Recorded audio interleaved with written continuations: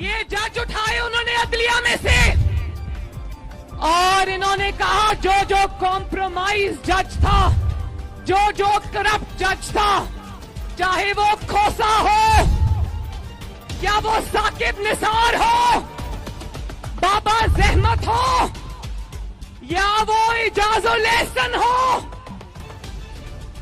یا وہ مظاہر علی نقوی ہو، عظمت سعید ہو، وہ اعجاز الاحسن یاد ہے نا اب چیف جسٹس بننے کے خواب دیکھ رہا ہے، وہ پیناما جج پیناما بینچ میں بیٹھا تھا۔ آج بھی کوئی بھی نواز شریف کے خلاف مقدمہ ہو آج بھی جج بن کر بیٹھا ہوتا ہے اس میں۔ ججز کو دھمکیاں،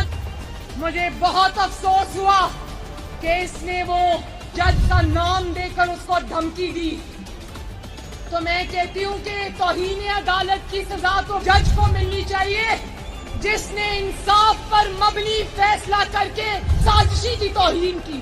اس بات پر ہم اس کو کبھی معاف نہیں کریں گے۔ آپ کے کسی ادارے کے ساتھ لاکھ اختلافات ہو سکتے ہیں لیکن کوئی بھی پاکستانی اپنے ادارے کی توہین برداشت نہیں کر سکتا۔